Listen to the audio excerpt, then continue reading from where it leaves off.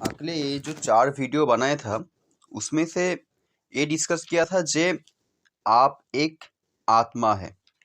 लेकिन आज डिस्कस करूंगा जे सुख और दुख का अनुभव क्यों होता है। ये 14 श्लोक में बहुत ही अच्छे से कृष्ण बोला है। बोल रहे हे कौंतेय, इंद्रियों के साथ जब विषय का संयोग होता है तभी अनित्य सुख और दुख का अनुभव होता है। इंद्रियों का साथ जब विषय का संयोग होता है, आपका इंद्रियों क्या है? चोख, कान, नाक, जिह्वा, त्वक। इसके साथ कोई भी ऑब्जेक्ट का जो संबंध रहता है, मतलब सपोज सोचिए आपके पास एक प्रॉपर्टी है, एक बाड़ी है, आपका एक गाड़ी है, आपका पापा है, आपका मम्मी है, आपका आपका बहन है, आपका बहू है। तो कोई किसी के साथ आप जब जुड़ा हुआ महसूस करेंगे, उसके कारण ही आपका सुख और दुख का अनुभव होते जाएगा। अच्छा, ये क्यों होता है? देखिए, आप जब किसी के साथ, सपोज सोचिए जे आप अपना स्त्री के साथ जुड़ा हुआ है, ठीक है। आप अब जब क्या होगा, जब स्त्री आपका प्रशंसा करेगा, तब आपका मन में बहुत ही ज्यादा खुशी आता है। एक खुशी के कारण आपको सुख मिलता है। और जब आपका स्त्री आपका बुरा बोलेगा या कुछ भी बोलेगा, तब क्या होगा, उसके कारण आपका मन में दुख आता है, क्योंकि आप चाहते हैं जे आपका स्त्री आपका सम्मान दे। तो जब कोई आशा नामक चीज आपका मन में रह जाता है, तभी सुख और दुखों का अनुभव होते ही रहता है। समझ गया ना? तो मन से जब तक आप आशा छोड़ नहीं सकते, तब तक सुख और दुख का अनुभव आपका होते ही जाएगा। इस पर बोल रहे हैं, ये सुख और दुख शीत और ग्रीष्म ऋतु गमनागमन जैसे ही।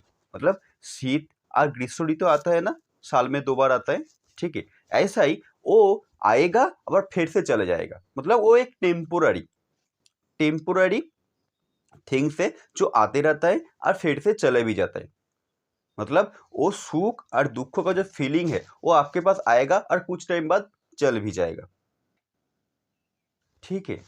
अब सपोज सोचिए जे आप किसी के साथ जुड़ा हुआ, जैसा बोल रहा हूं मैं, आपका एक बहुत बड़ा प्रॉपर्टी है, ठीक है। आपका नाम से वो प्रॉपर्टी है। आज दूसरे दिन आपका कुछ माने कुछ लोग पैसा का प्रॉब्लम हो गया, इसके कारण आपका प्रॉपर्टी को बेचना पड़ा, जिसके कारण क्या होगा, आपका दुख होगा। लेकिन आप बताए तो ये दुख आपका कितना दिन रहता है? आप 2 दिन अच्छे से सो जाएगा, अच्छे से नींद आएगा, तो वो दुःख भी आपका मन से चला जाएगा। ये क्यों होता है? क्योंकि एक मन का ही फीलिंग्स है, एक मन का एक अनुभूति है, जो जो आपको हो रहा है और आप बोल रहे हैं मेरा हो रहा है। लेकिन आप और मन, ये 2 जब अलग हो जाएँगे, तब ये समझ पाएँगे आप जे ये एक मन का ही सेंसेशन है, जिसके थ्रू आप एक रोबोट जैसा रिएक्ट कर देता है। रोबोट भी तो रिएक्ट करता है ना। रोबोट के पास जो डेटा डेटा जो रहता है ना, उसके हिसाब से रोबोट रिएक्ट करना शुरू कर देता है। और आप भी वही करते हैं। आपके मन में जो सेंसेशन उठता है, उसी हिसाब से आप रिएक्ट करना चालू कर देता है। तो अभी तक ये समझ में आ गया जे ये जो सुख और दुखों का अनुभूति क्यों होता है, जे आप जब किसी के साथ जुड़ा हुआ महसूस करेंगे, इसके कारण आपका सुख और दुखों का अनुभव होते जाएगा। और ये शीत और ग्रीष्म ऋतु गमनागमन जैसा, मतलब एक टेम्पोररी चीज है, जब आता है और चला भी जाता है, ठीक है। ये इंद्रियजात अनुभूति द्वारा प्रभावित ना होके सह्य करने का चेष्टा करो। मतलब तुम इस अभी अर्जुन क्या कर रहे हैं? अर्जुन बोल रहे हैं मैं मेरा पितामह को मार दूंगा, मैं मेरा गुरु को मार दूंगा, ठीक है। इसके कारण उसका दुख हो रहा है। तो कृष्ण बोल रहे हैं जे तुम इसका जो इंद्रियजात जो अनुभव है, मतलब तुम्हारा जो मन का जो सेंसेशन है, मन का जो फीलिंग है, इसको इसको इसका द्वारा तुम प्रभावित मत हो। मतलब इसके द्वारा तुम चालित तो मत हो। एक सेंसेशन है जो उठता है, तो इसके द्वारा प्रभावित ना होके इसको तुम सह्य करने का चेष्टा करो। मतलब इसको सहन करने का तुम चेष्टा करो, सहन करने का चेष्टा करो। आप किसी के साथ जुड़ा हुआ जब महसूस करेंगे, जिसके कारण आपका सुख और दुखों का अनुभव हो रहा है, वो सुख और दुखों का अनुभव तो आता है, चला जाता है। आप जब वही सुख और दुखों का अनुभव के टाइम आप उसको सहन नहीं करके उसी हिसाब से आप एक्शन ले लेंगे, तब जाके प्रॉब्लम हो जाता है। और जब एक्शन नहीं लेंगे, बाहर से कोई आपका एक्शन नहीं होगा, आपका अंदर से जो हो रहा है वो आ रहा है, फिर से चले जा रहा है, तो कोई प्रॉब्लम भी नहीं है। तो इसको सहन करने का चेष्टा करना ही सही होगा। तो एक क्लैरिटी क्या आ रहा है, जे आपका सुख और दुख का अनुभव होगा जब तक आप बाहर से कोई भी मतलब, और एक बात है, संसार से जब तक आप जुड़ा हुआ है, जब आप संसार से जुड़ा हुआ है तब तक ये चीज होते ही जाएगा। अच्छा, एक बात मेरा याद आता है, जो संसार किसको आप बोलते हैं? संसार, संसार आपका मन में जो सेंसेशन है, आपका मन में जो फीलिंग्स है बाहर का चीज के प्रति, यही तो संसार है ना। ये छोड़ दीजिए, संसार और क्या है, और कुछ नहीं है। ठीक है, उसके बाद 15 श्लोक में बोल रहे, जे ज्ञानी जो व्यक्ति होता है वो सुख और दुखों को समान मानता है। मतलब जब आप किसी के साथ जुड़ा हुआ रहेंगे, जब तक आप किसी के साथ जुड़ा हुआ महसूस करेंगे, तब तक आपका सुख और दुखों का अनुभव होगा। सुख भी आएगा, दुख भी आएगा। ठीक है, इसको जो समान मानता है, जो समान मानता है, वो कभी भी विचलित नहीं होता है। शीत और उष्ण आदि जैसा कभी भी विचलित नहीं होता रहता है। मतलब गर्मी और ठंडा जैसा ही रहेगा, ठंडा जैसा आता है, ऐसे ही आपका मन में सुख और दुख आते रहेगा जब तक आप किसी के साथ जुड़ा हुआ महसूस करेंगे। जब तक आप किसी के साथ जुड़ा हुआ महसूस करेंगे, तब तक आपका मन में आते ही रहेगा, आते ही रहेगा। तो क्या है, जो ये समझ जाएगा, जो जिसका मन में अंडरस्टैंडिंग क्लियर हो जाएगा, वही मुक्ति लाभ का प्रकृत अधिकारी है, वही मुक्ति लाभ का प्रकृत अधिकारी है। अच्छा, इसको क्लियर कर दो, मुक्ति क्या होता है, क्या मुक्ति मिलना चाहिए ना, आप मुक्त तो ही हो, ये क्लियर कर देता हूँ। देखिए, अगले 4th वीडियो में एक चीज बोला था मैं, जे आप एक लाइफ है, आप एक प्राण है। ठीक है, लाइफ है, आप एक प्राण है, आपके अंदर सब कुछ आता है। मतलब देही के अंदर देहो आता है, देही के अंदर देहो आता है, देहो के अंदर देही नहीं आता है। ठीक है, देह। अच्छा, इस बार आप बोलिए, जो आपका जो बॉडी है ये कहाँ है? आप अभी एक घर में है, तो ये आपका घर के अंदर आपका बॉडी है। ठीक है, ओके। तो आपका घर कहाँ है? आपका घर है आपका आसपास का जो इन्वायरमेंट है उसके हिसाब से। अच्छा, आपका इन्वायरमेंट के साथ, आपके इन्वायरमेंट के साथ पानी है, आपका इन्वायरमेंट के साथ जो पेड़ पौधा है, सब कुछ है, तो वो कहाँ आता है? वो एक विश्व के अंदर आता है। ठीक है, एक कंट्री के अंदर आता है, कंट्री भी एक विश्व के अंदर आता है। ठीक है, वो कंट्री भी, वो जो विश्व है वो कहाँ के अंदर आता है? वो आता है एक आकाशगंगा, मतलब आकाशगंगा बोलता है इसको, तो उसके अंदर आता है। ठीक है, वो आकाशगंगा भी किसके अंदर आता है? वो आते हैं स्पेस के अंदर, वो आते हैं स्पेस के अंदर। स्पेस भी किसके अंदर आता है? वो भी आता है स्पेस के अंदर। ठीक है, मतलब एक इन्फिनिटी तक चलते रहता है, इन्फिनिटी तक चलते ही रहता है। ठीक है, एक बार आप बोल रहे मैं बाहर से ये सब चीज को महसूस क्यों नहीं कर पाऊंगा? देखिए, आपका आपका जो बाहर का जो ऑर्गन है, बाहर का जो मशीनरी है, मतलब आँख, आप जो पाँचों सेंसेस है ना, इसके थ्रू तो आप फ़ील करते हैं। लेकिन इसका भी तो एक लिमिटेशन है ना, आँखों का भी एक लिमिटेशन है, आपका जो त्वक है उसका भी एक फ़ीलिंग का लिमिटेशन है जिसके थ्रू आप फ़ील करता है। आप जब इसको ही आप मान लेंगे, मतलब इसको वो एक अनात्मा बोलता है। अनात्मा को जब आत्मा मान लेंगे तब भी प्रॉब्लम होता है। इसका एक लिमिटेशन है, बाहर का आँख का एक लिमिटेशन है, आपका आप जो साँस लेते हैं इसका एक लिमिटेशन है, आप जो जीहा से साँस लेता है इसका एक लिमिटेशन है। तो इसके थ्रू आप कितना फ़ील करेंगे? ज़्यादा से ज़्यादा फ़ील तो नहीं कर पाएँगे ना। तो आपका आपका बाहर का एक लिमिटेशन है, लेकिन आपका जो अंदर है उसका तो कोई लिमिटेशन है ही नहीं। ठीक है, वो तो इन्फिनिटिव है। तो क्या करना है? आपको एक फीलिंग जब क्लियर हो जाएगा, आपका एक फीलिंग जब अच्छे से एकदम आ जाएगा, तब आप ये समझ पाएँगे जे आपको मुक्ति लाभ करने के लिए कुछ करना नहीं है, आप मुक्त तो ही हो।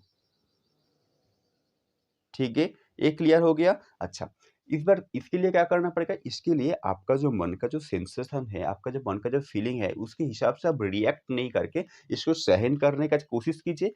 जब आप सहन करते जब क्या होगा? आपका आपका जो क्या बोलूँगा, आपका मन से जो एक्शन उठ रहा है, उसी हिसाब से आप रिएक्ट नहीं कर रहे। तो एक्शन एक्शन उठे उसके हिसाब से रिएक्शन नहीं कर रहे तो क्या होगा, आपका जो टोटल जो फोर्स है वो जीरो हो जाएगा। एक्शन हो रहा है, रिएक्शन नहीं हो रहा है तो टोटल फोर्स जीरो तो हो ही जाएगा ना।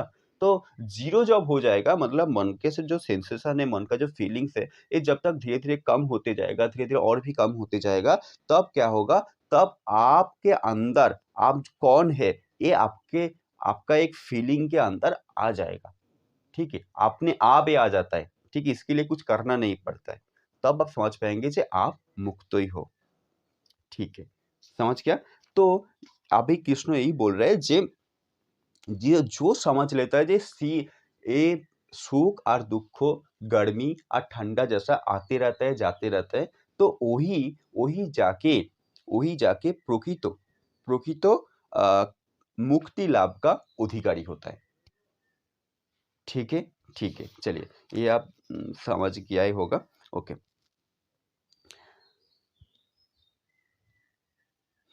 इस बार फिर से कृष्ण बोल रहे हैं जे অনিত্য জড় বস্তুর স্থায়িত্ব নেই।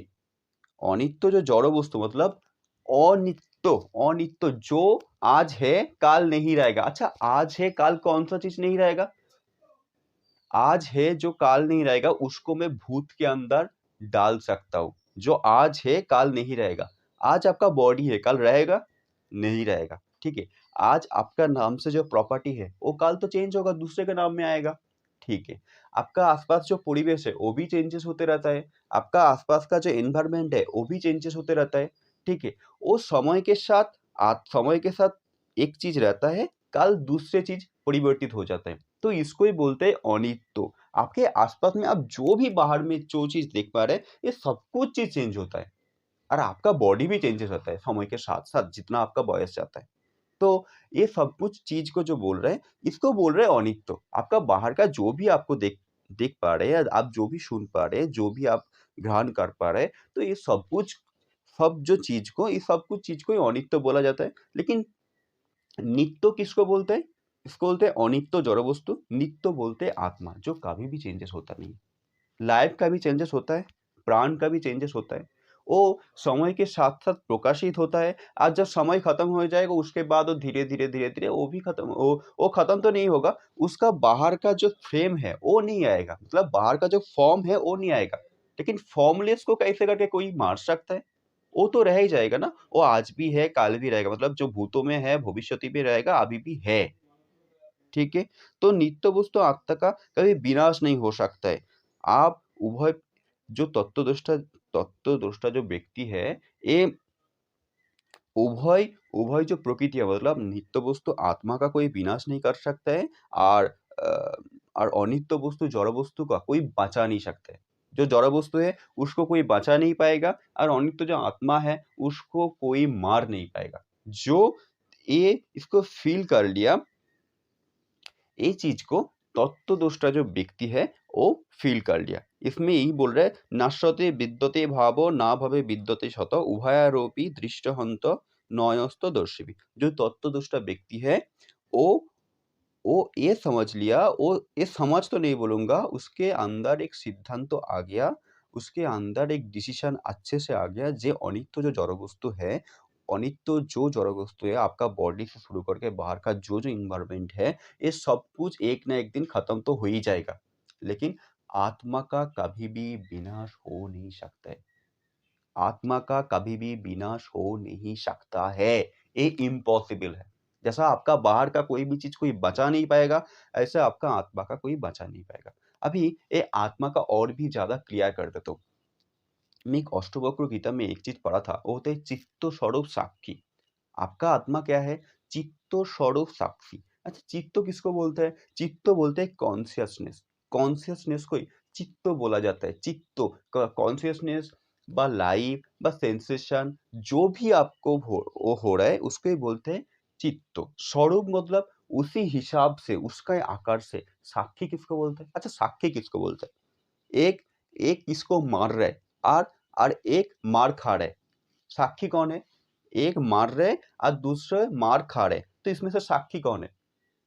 कोई साक्षी नहीं है। जो बाहर से देख रहा है वो साक्षी है। अभी कोर्ट में केस जाएगा, साक्षी कौन देगा? जो बाहर में देखा है वो जाके साक्षी देगा। समझ गया? ऐसा ही आपका आत्मा भी वही है, ठीक है? आप जो कर रहे हैं वो आपका मन का एक सेंसेशन है, उसी हिसाब से आपका एक डिज़ायर आ गया और उसके हिसाब से आप रिएक्ट कर रहे हैं। तो इसके साथ आत्मा का कोई लेना-देना नहीं है, ठीक है? वो तो बाहर जैसा था, ऐसा भी है, ऐसा भी रहेगा। उसके साथ आप जो काम कर रहे हैं उसके साथ कोई संबंध नहीं है। ठीक है? तो वो अलग सेपरेट है, ऑलरेडी सेपरेट है। आपको ये समझना होगा जे आप एक साक्षी हो, आप एक साक्षी हो। ठीक है? आपका जब एक फीलिंग आ जाएगा ना, एक अनुभूति आ जाएगा, तब आप समझ पाएँगे। और एक अनुभूति आना भी बहुत ज़्यादा सिंपल है। आपका मन का जो सेंसेशन है, उसको धीरे-धीरे कम करते जाइए। और ये कम करने का उपाय क्या है? कम करने का उपाय है जो आपका जो मन का जो सेंसेशन है, वो आपका एक्शन लेने का लायक नहीं है, तो एक्शन मत लीजिए। धीरे-धीरे, धीरे-धीरे अपने आप ये कम होते जाएगा। ठीक है? ठीक है, आज 16 तक कंप्लीट किया। 16 तक कंप्लीट किया, कल 17 से स्टार्ट करूँगा। थैंक यू पूरा सुनने के लिए।